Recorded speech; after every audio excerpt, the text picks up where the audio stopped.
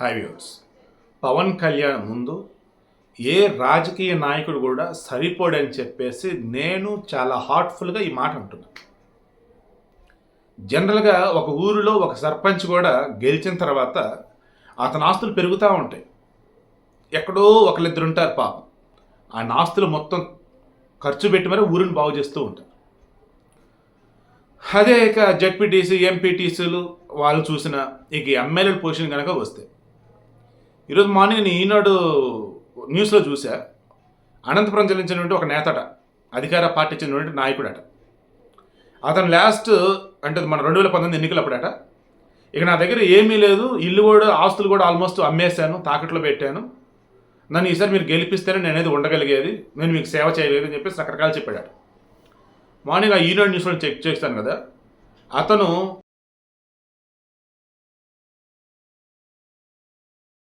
500 కోట్లు దాదాపు ఇప్పుడు సంపాదించాట. అతను, అతని అన్నదమ్ములు, ఈవెన్ వాళ్ళ నాన్న సైతం కూడా. సో వాళ్ళ పెద్ద ఫ్యామిలీ, బాగా పలుకుబడినటువంటి ఫ్యామిలీ. ఆ చుట్టుపక్కల రియల్ ఎస్టేట్ వెంచర్లు వేసిన, ఇంకేదైనా పెద్ద పెద్ద ప్రాజెక్టులు వచ్చిన వీళ్ళకి సంబంధించి వీళ్ళకి కప్పం, దట్ మీన్స్ డబ్బు లంచం కట్టే వాళ్ళు చేయాలట. వీళ్ళు ఏకంగా హైదరాబాదులో విల్లాలు, అపార్ట్మెంట్లు కుప్పలు కట్టేసుకొని సంపాదించుకున్నారట. ఏది ఇదంతంటే ఒకసారి ఎమ్మెల్యే గెలిచి అధికారంలో ఉండబట్టి. ఇలా మీరు లెక్క తీయండి. జగన్మోహన్ రెడ్డి విషయంలో కూడా 2004 ఎన్నికలప్పుడు వైఎస్ రాజశేఖర రెడ్డి యొక్క ఎన్నికల అఫిడవిట్ చూడండి, ఆస్తులు ఎంత అప్పుడు వాళ్ళవి. 2009 ఎన్నికలప్పుడు జగన్మోహన్ రెడ్డి ఎంపీగా గెలిచారు కదా, ఆ మూమెంట్ ఆయన ఎన్నికల అఫిడవిట్ ఆయన చూడండి, ఆయన ఆస్తులు ఎంత. 2014లో ఆయన మరలా ఎమ్మెల్యేగా పోటీ చేశారు, అప్పుడు ఆయన ఆస్తుల అఫిడవిట్ ఒకసారి చూడండి. మధ్యలో ఒకసారి ఎప్పుడో బై ఎలక్షన్ అనేది వచ్చింది కదా, ఆయన కాంగ్రెస్ నుంచి బయటకు వచ్చాక అప్పుడు ఆయన ఎన్నికల అఫిడవిట్ చూడండి. జస్ట్ 2-3 సంవత్సరాల గ్యాప్ అంతే, ఏకంగా 100 కోట్లు పెరుగుతూ పోయింది. యాడ్ నుంచి ఎంత డబ్బు వచ్చింది ఏంట్రా అంటే, అదే కేసుల రూపాయలు ఇప్పుడు నడుస్తూ ఉంది. సో ఇప్పుడు అంతే ఎందుకు చెప్తున్నాను, పవన్ కళ్యాణ్ అనబడే వ్యక్తి జనసేన పార్టీ అధినేతగా ఉన్నాడు, కానీ అతను ఈరోజు ఓ రకంగా రాష్ట్ర రాజకీయాలని శాసించే పొజిషన్లోనే ఉన్నాడు. అతను కోరుకుంటే అతను జైలు నుంచి రూపాయి తీయాల్సిన అవసరం అంటే కుప్పలు డబ్బు వచ్చింది అతనికి, కానీ విలువలకు కట్టుబడి రాజకీయాలు చేస్తూ ఉన్నాడు. ఈరోజు అవునన్నా కాదన్నా రాజకీయం అన్న తర్వాత నీ వెనక ఉండే వాళ్ళకి టైంకి ఫుడ్ పెట్టాలా, అందులో ఎవరైనా మందు ఎవరంటే మందు దాపించాలా, లేదు అసలు మందు తాపించరా బాబు అంటే వాళ్ళకి ఇష్టమైన ఆహార పదార్థాలు ఉంటాయి, వెజ్, నాన్ వెజ్, ఇలా రకరకాలు. మళ్ళీ వాళ్ళకి మంచి అకామిడేషన్ కల్పించాలి, అండ్ వాళ్ళకి వెహికల్స్, ట్రాన్స్పోర్ట్ లైక్ 7 లక్షలు ఉంటాయి, మళ్ళీ నువ్వు అటు ఇటు మూవ్ అవ్వాలి. ఇలా ఇవన్నీ చూసుకుంటున్నప్పుడు ఖర్చు భారీనే ఉండేది. అందుకే మన పవన్ కళ్యాణ్ ఒకటే మాట అన్నాడు, ఎన్నికలు అన్నాక నేను జీరో బడ్జెట్ పాలిటిక్స్ అని చెప్పేసి నేను వచ్చాను, కానీ సిచ్యువేషన్ అలా లేదు, కాబట్టి ఖచ్చితంగా డబ్బు ఉండాల్సిందే, డబ్బు ఉంటేనే ఎన్నికల్లో మనం నెగ్గగలం. ఏ రకంగా, అవతలోడు బిర్యానీ పెట్టి మందిచ్చి మళ్ళీ వాడికి ఎక్స్ట్రా డబ్బులు ఇచ్చి నాకు ఓటేంటి రాబో అని చెప్పేసి హడావుడి చేస్తున్నాడు అనుకుందాం, మనం ఏం చేయొద్దు. మనతో ఎవరైతే ఉన్నారో, మన వెనక ఎవరైతే ప్రజలను తిరుగుతున్నారో, కనీసం వీళ్ళకి అన్నం పెట్టి ట్రాన్స్పోర్ట్ ఇవన్నీ చూసుకొని ప్రజల దగ్గరికి వెళ్ళి డబ్బులు ఏమి ఇవ్వాల్సిన అవసరం లేకుండా నమ్మకంతో మాకు ఓటేయండి అన్నట్టు కనీసం అదన్నీ అడుగుదాం. మరి ఈలోపు చిన్న ఖర్చులు ఉంటాయిగా, మరి వీటికైనా డబ్బులు కావాలిగా. ఎన్నికల కమిషన్ కూడా ఇప్పుడు ఎన్నికల ఖర్చు కూడా పెంచింది, ఒక ఎమ్మెల్యే అభ్యర్థికి వచ్చి 45 లక్షలు అంటుంది, మరి ఆ డబ్బైనా ఉండాలి కదా అభ్యర్థి దగ్గర. అలా లేని వాళ్ళు కూడా జనసేనలో ఉన్నారు కొంతమంది, బట్ వాళ్ళు నిజాయితీ గల వాళ్ళు, వారు ఈ ఎన్నికలలో డబ్బు ఎంతైతే ఖర్చు చేయాలో, ఎంత ఖర్చు చేయాలి కాదు, వారికి ఎంతైతే డబ్బు అవసరం అది నేను ఇస్తా అన్నట్టుగా నాకున్న సమాచారం మేరకు రేపు జనసేన తరఫున ఎంతమంది అభ్యర్థులు అయితే ప్రకటిస్తారో వారిలో ఫైనాన్షియల్ ఎవరైనా వీక్గా ఉంటే పవన్ కళ్యాణ్ వారికి పర్ హెడ్ 20 లక్షల రూపాయలు ఇవ్వబోతాడో మనకు తెలుస్తూ ఉంది. దానికోసం హైదరాబాద్లో ఉన్నటువంటి ఒక మంచి కాస్ట్లీ ఏరియాలో ఉన్నటువంటి 20 కోట్ల ఆయన స్థలం ఏదైతే అమ్మేశాడు. ఆయన సినిమాల మీద చూస్తున్న డబ్బు ఏదైతే రెమ్యూనరేషన్ దాన్ని పార్టీకే పెడుతున్నాడు, అది కూడా మనం రీసెంట్గా చెప్పున్నాడు. అండ్ 10 కోట్లు రేసి పార్టీ ఫండ్ ఇచ్చున్నాడు. గతంలో పార్టీ ఫండ్స్ వస్తుండే, ఇప్పుడు రావట్లా. సో ఇటువంటి మూమెంట్లో పవన్ కళ్యాణ్కి ఏం డెసిషన్ ఇస్తున్నాడు, ఒకరిని అడగవద్దు. మొన్న మధ్య పార్టీ ఫండ్స్ కొంతమంది వచ్చినాయి, అవేంటి, వాళ్ళకి పార్టీ టికెట్ కావాలి, అలా వద్దు రిటర్న్ ఇచ్చేస్తారు అలా కొంతమందికి. సో మీకు అర్థమవుతుందా, రాజకీయాల్లోకి వచ్చి నీకు టికెట్ ఇస్తా చెప్పి ఆశ పెట్టి డబ్బులు తీసుకొని కూడబెట్టుకునే రకం కాదు. రాజకీయాల్లోకి వచ్చి పక్క నుండి ఏదో అది కంపెనీలో ఉన్నటువంటి వాళ్ళని బెదిరించి వాళ్ళ దగ్గర డబ్బులు తీసుకునేవాడు కాదు. రాజకీయాల్లోకి వచ్చాడు, నీతివంతమైనటువంటి పరిపాలన అందించాలనుకున్నాడు. బట్ ప్రజలు అవకాశం ఇవ్వలేదు. సో ప్రతిపక్షంలోనే ఉన్నా తన శక్తి మేరకు ప్రజలకి సేవ చేస్తూనే ఉన్నాడు. మొన్న కౌలు రైతులు మరణిస్తే వారికి వెళ్ళి డబ్బులు ఇచ్చినాడా లేదా?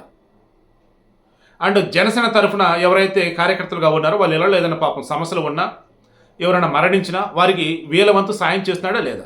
ఎక్కడ డబ్బు అంతా ఇందే. సినిమాల ద్వారా వచ్చిన డబ్బు అండ్ ఈయన పిల్లల పేరు మీద దాచుకున్న డబ్బు ఏదైతే ఉందో ఆ డబ్బు కూడా తీసి పార్టీకి వాడాడు. ఇదే విషయం నాగబాబు చెప్పాడు, రేణుదేశ చెప్పింది, అండ్ పవన్ కళ్యాణ్ ఒక సందర్భంలో కూడా ప్రస్తావించినట్టుగా ఉన్నాడు. ఇక డబ్బు ఏం లేదు, ఎలా అనుకున్నప్పుడు పిల్లల కోసం ఫిక్స్డ్ డిపాజిట్ చేసి ఉంచాను, దాని గురించి వాడేసాను అన్నాడు. ఇంత నిజంగా సీరియస్లీ ఈ మాట అనగలుగుతున్నాను. ఇంత గొప్పోడు ఈ కాలంలో నేనైతే చూడలే. సరే, రాజకీయంగా ఒక్కోసారి ఒక్కొక్కలాగా ఉండొచ్చు ఆయన మాట తీరు, కానీ అంతిమంగా ఆయన ఏమనుకుంటున్నాడు?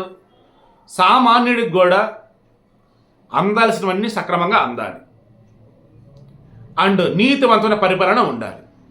పోలీసులు కానీ ప్రభుత్వ అధికారులు కానీ ధర్మబద్ధంగా పరిపాలన సాగించాలి. సో జనసేనకు అవకాశం ఇవ్వండి అంటున్నాడు. ఈలోపు తన శక్తి ఎంత ఉంటే అంత ఆ శక్తి అంతా కూడా తీసుకొని జనసేన ఉన్నటువంటి వాళ్ళకి ఒక భరోసా ఇస్తున్నాడు, ధైర్యం ఇస్తున్నాడు. ఈ ఒక్కసారిగా నేను చెప్పింది వినండి. వాళ్ళు వీళ్ళు మిమ్మల్ని రెచ్చగొడతారు, రెచ్చిపోవద్దు, నన్ను నమ్మండి. మనం తక్కువ సీట్లు తీసుకున్నామని అసలు మైండ్లోకి రానివ్వకండి. ఎన్ని సీట్లు తీసుకున్నామో అన్ని సీట్లు మనం గెలిచి కనుక చూపిస్తే అప్పుడు మనం ఏదైనా చేయగలుగుతాం. ఏ రకంగా? అది ఏ మంత్రి పదవైనా కావచ్చు, అవసరమైతే సీఎం అయినా కావచ్చు. తద్వారా రాష్ట్రానికి చేయాల్సిన మంచి చేయొచ్చు. ఫుల్ క్లారిటీతో ఉన్నాడండి. ఇటువంటి మనిషిని కూడా పట్టుకొని కొంతమంది ఎంత దారుణంగా మాట్లాడుతున్నారండి. ఆ వైసీపీలో ఉన్న వాళ్ళు అంటారు కాపులను తాకట్టు పెట్టాడు, కాపులను మోసం చేశాడని చెప్పేసి. నిజంగా కాపులంతా ఈయన పక్కన ఉంటే 2019లో ఎన్ని సీట్లు వచ్చేవండి? బ్రహ్మాండంగా వచ్చేవి. ఒకళ్ళు ఇప్పుడు ఉన్నారని అనుకుందాం. ఆయన పార్టీ పెట్టింది కాపుల కోసం, అందరి కోసం కదా, అందరూ కలుపుకొని వెళ్ళాలి కదా. అండ్ ఇప్పుడు ఈ కాపు నాయకులు కనుక ఈయనతో కనుక ఉంటే బలంగా పోరాడితే పోయేదేమీ లేదు, బానిస సంఖ్యలు తప్ప అనేది నిరూపిస్తాడు. ఏ రకంగా? జీ హుజూర్ అంటూ జగన్ దగ్గర కొంతమంది కాపు నాయకులు ఉంటా ఉన్నారు. మొన్న కాపుల నుంచి ముఖ్యమంత్రి అయితే మాకు సంతోషమే, కానీ ముఖ్యమంత్రి అర్హత ఉన్న వాళ్ళు ఎవరూ లేరు, అందుకే జగనే మాకు సీఎం అని నిస్సిగ్గుగా చెప్పినటువంటి వాళ్ళు ఈ వైసీపీ వాళ్ళు. అటువంటి వాళ్ళని నమ్ముతారు? ఒకసారి మీరు ఆలోచించుకోండి. ఈ ఒక్కసారి గనక పవన్ కళ్యాణ్ నమ్మి ఆయనతో గనక కాపు నాయకులు కావచ్చు, కాపు ప్రజలు కావచ్చు, అదేవిధంగా జనసేనని నమ్మి అన్ని వర్గాల వారు, అన్ని కులాల వారు, అన్ని మతాల వారు కనుక నడిస్తే, పవన్ కళ్యాణ్ కోరుకునే విధంగా 24 సీట్లలో 3 ఎంపీ సీట్లు కనుక గెలిస్తే ఖచ్చితంగా తాను ఈ రాష్ట్రానికి ఇంకా ఎంత చేయగలడో అంతకు మించి చేస్తాడు. కేంద్రం నుంచి నిధులను తీసుకురావడం సక్సెస్ అవుతాడు. అన్నింటిగా మించి మనం కోరుకున్న గొప్ప పరిపాలన మన కళ్ళ ముందే కనిపించేలా చేస్తాడు. నో డౌట్ అందులో.